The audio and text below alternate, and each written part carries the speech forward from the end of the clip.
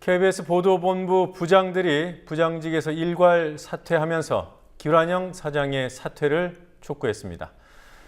방글라데시에서는 수백 명이 탄 여객선이 침몰했고 터키 탄광 사고에서 확인된 사망자는 302명으로 늘었습니다. 오늘 있었던 주요 뉴스들 간추려 보겠습니다.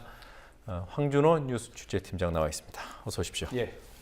자, KBS 부장들이 김환영 사장의 사퇴를 촉구했군요. 예, 이준희 뉴스 제작 1부장 등 보도본부 부장단 18명이 오늘 성명을 내고 최근의 사태에 대한 책임을 통감한다면서 부장직 사퇴를 선언했습니다.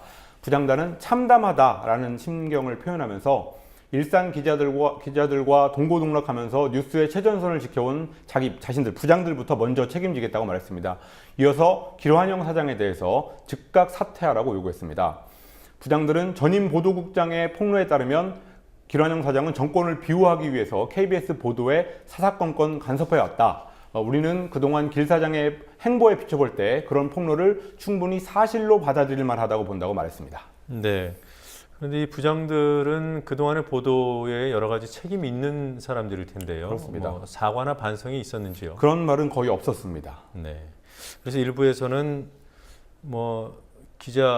간부급 기자들이 PD 사장을 내쫓으려는 것이 아니냐 이런 얘기도 하더군요. 예, 그렇게도 분석이 되는 것 같습니다. 네. 김환영 사장이 어쨌든 벼랑 끝으로 몰리는 분위기입니다. 예, 이렇게 보도본부 부장들까지도 이런 행동을 하면서 내부에서는 이미 김환영 사장이 사퇴했다는 설이 나돌고 있습니다. 또 그런 가운데 노조 측에서 몇 가지 충격적인 사실을 또 한번 폭로했습니다. 얼마 전 상황심리 지하철 사고가 났을 때 소위 윗선이 어딘지는 모르겠지만 윗선의 지시로 박원순 시장에게 타격을 주려고 지하철 사고 관련 보도를 키웠다. 이렇게 KBS 노조가 폭로했습니다. 그리고 조금 전에 또 들어온 소식인데요. 김환영 사장이 지난주에 김시곤 보도국장, 이제는 사퇴한 김시곤 보도국장한테 사퇴를 압박하면서 청와대에서 사표를 받으라는데 어떻게 하느냐 이런 말을 했다고 이거는 KBS 새노조가 오늘 오후에 폭로했습니다.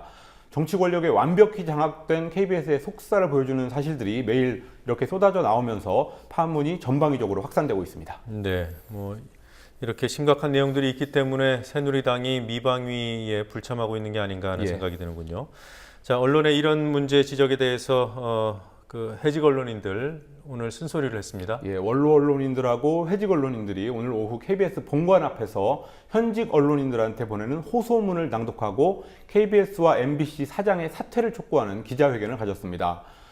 80년 해직 언론인 협의회, 그리고 동아 자유언론수호 투쟁위원회 등 원로 언론인들, 그리고 MBC, YTN 해직 언론인들 105명이 서명한 호소문이었습니다. 호소문을 보니까 무능하고 무책임한 정부 때문에 국민이 겪고 있는 고통스러운 현실을 진실되게 보도하지 않는 언론은 그 자체가 폭력의 도구다 이렇게 규정했습니다. 또 후배 언론인들이 소속 회사를 가릴 것 없이 전국적으로 하나가 돼서 자유언론과 공정방송을 이루기 위해서 어깨동무하고 나서야 될 때라고 말했습니다. 네. 자, 방글라데시에서 여객선 침몰 사고가 일어났습니다. 예, 방글라데시 중부 메그나강에서 어제 폭풍우를 만나서 침몰한 여객선 사고의 사망자 수가 최소 12명으로 늘었습니다. 네. 그렇지만 이 탑승객 수가 수백 명이고 또 순식간에 배가 가라앉았기 때문에 사망자가 급속히 늘어날 것으로 보입니다. 현지의 지방정부 관계자는 얼마나 많은 승객이 그 배에 탔는지 정확한 숫자를 받지 못했지만 약 250명에서 300명 정도 될 거다 이렇게 얘기를 했습니다. 배 보수 유지가 제대로 되지 않았고 또 설계에 결함도 있었고 또 언제나 정원보다 많은 승객들을 태우는 게 관행화되어 있기 때문에 이런 것들이 참사를 일으켰다고 분석되고 있습니다. 네.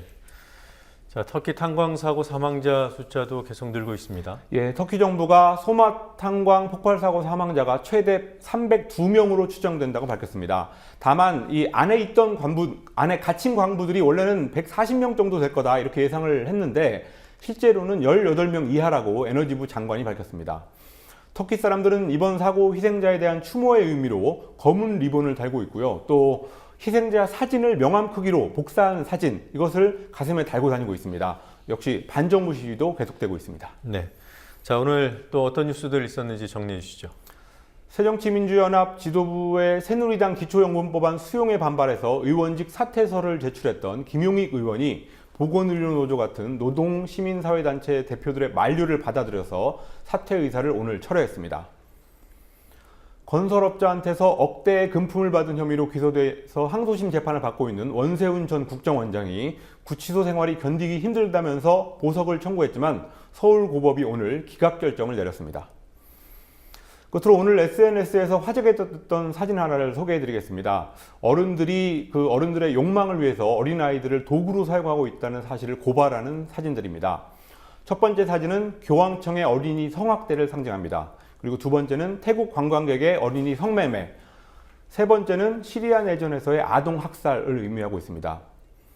다음으로 보시는 그림은 아동 장기 매매 실태를 고발하고 있고요. 또 그 다음은 미국의 총기 문제에 따른 아동 희생 문제를 얘기하고 있습니다. 그리고 마지막 여섯 번째는 아이들의 비만을 유발하는 패스트푸드 산업을 뜻하는 그런 사진입니다. 메시지가 상당히 강렬한 그런 사진들이었습니다. 네, 저 여기 한 가지 빠진 것이 부정한, 무능한 권력에 의한 아이들의 희생. 예. 이 부분은 우리가 지금 겪고 있는 문제라서 언뜻 생각이 들었습니다. 자, 여기까지 듣겠습니다. 수고하셨습니다. 예.